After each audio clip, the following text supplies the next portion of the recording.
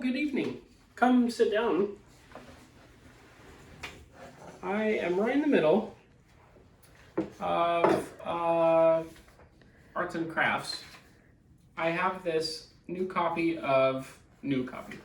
I have this old copy that I've actually had for a while of The Vision and Creed of Piers Plowman.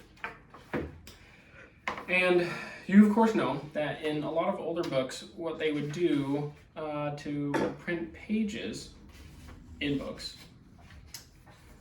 what a weird way to say that, they would print text on two sides of a page and they'd fold it in half twice, so you have 4 pages, and then that is what goes into the book. You have a bunch of those little pamphlets, essentially, and those are the individual pages.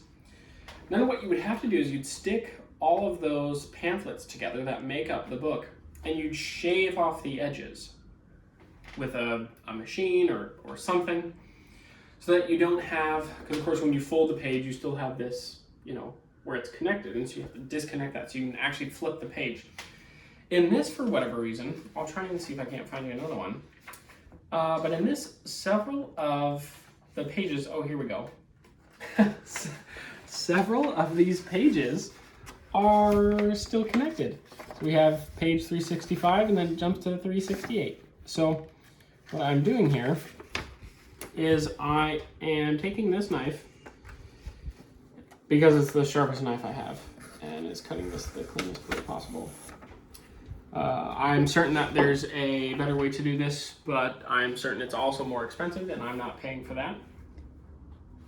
So anyway, I'm just doing this so you could actually go through and flip each of these individual pages.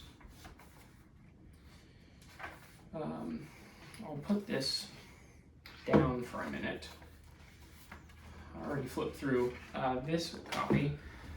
I think I've talked about Piers Plowman before. I'm certain I have, actually. It's a favorite.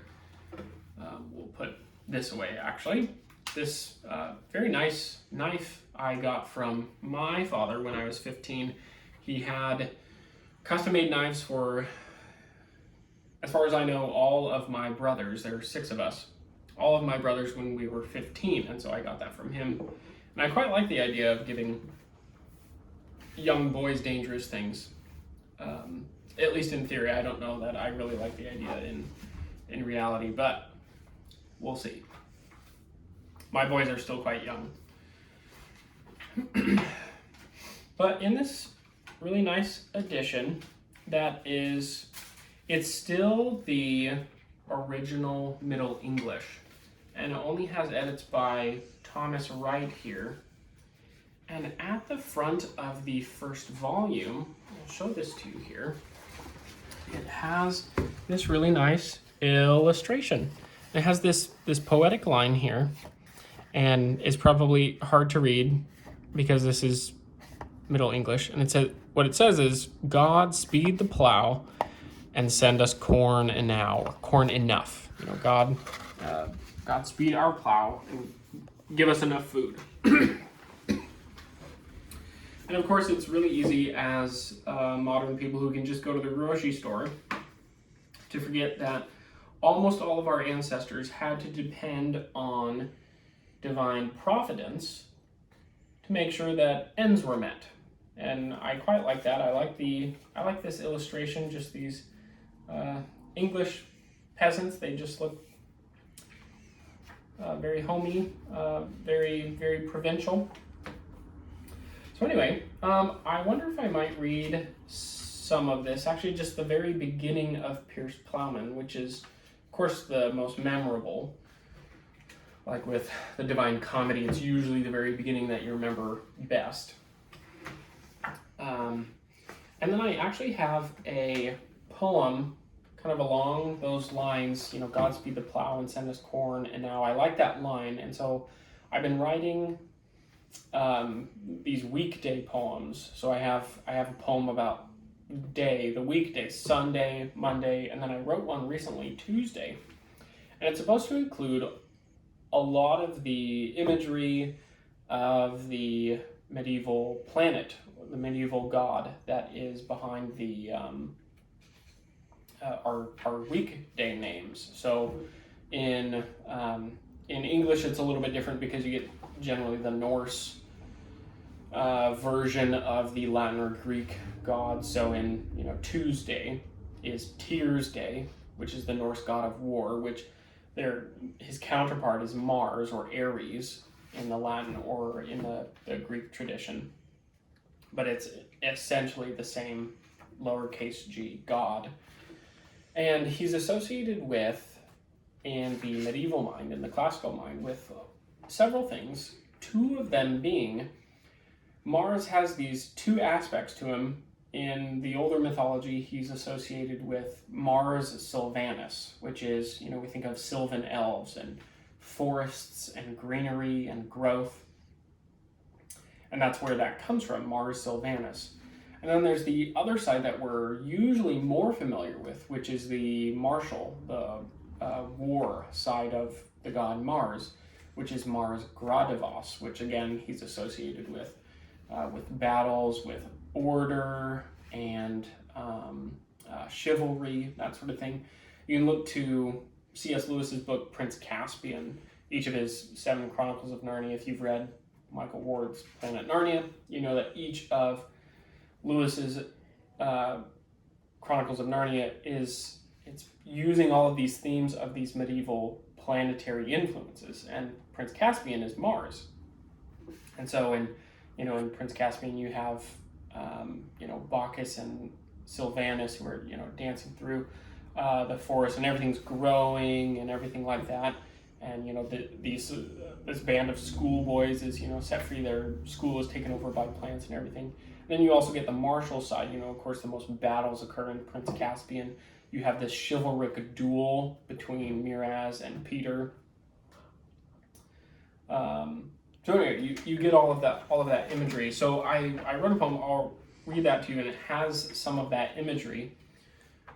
Each of the planets is also associated with a particular metal, and so like the sun is associated with gold, aura, and Mars is associated with iron.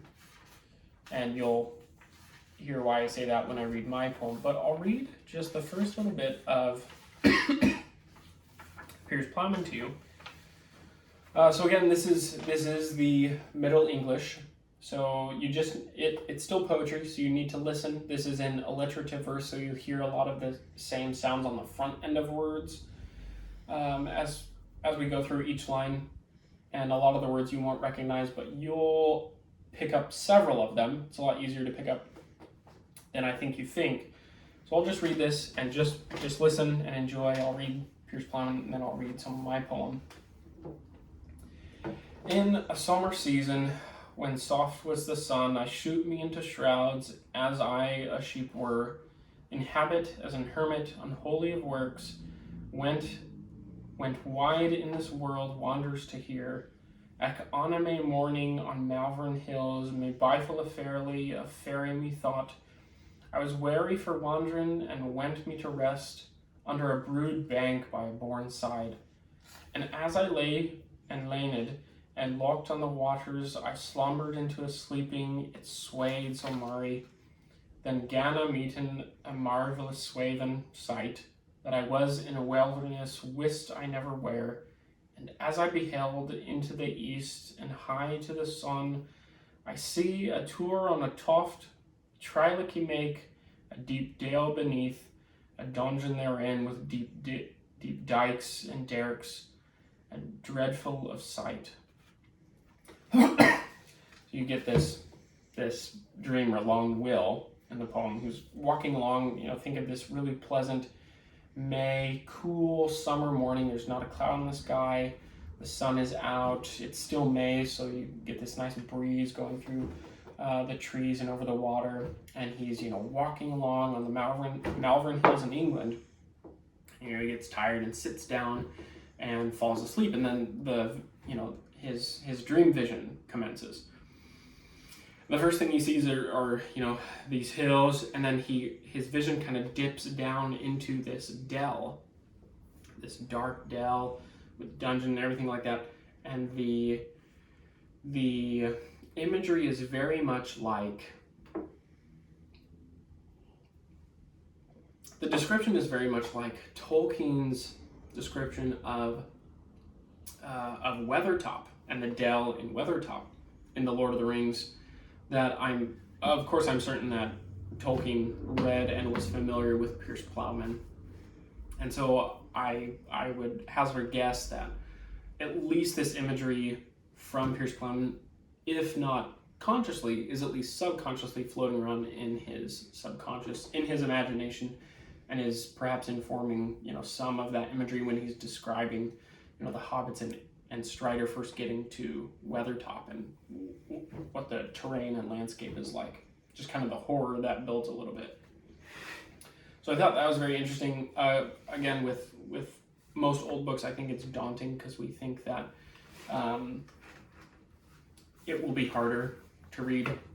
But I think if you just try, it's a muscle, and you just need to go for it, and it will be a lot easier than you think. So if you needed a sign, there it is. And then this is my poem about Tuesdays. I don't necessarily have a title for it, but you'll hear some of that, martial imagery. So, one Tuesday morn in March, I worked and fought the weeds that grew about my garden and killed the kernel seeds. I prayed for God to speed my peasant hands and plow, and send the sylvan God to grow my crop enow. And while I watch and wait, the birds and rabid beasts will try to tear and eat my fruits for their day feasts. To God I pray again to send the martial God to help me guard my home with sword and iron rod. So there's the iron in there that I inserted. So I hope you enjoyed seeing some of this and hearing some of Piers Plowman. If you haven't read Piers Plowman, it is a little bit in the weeds, but if you read it, you will certainly enjoy it. And I hope you enjoyed my poem. And thanks again for stopping around. I hope to see you next time.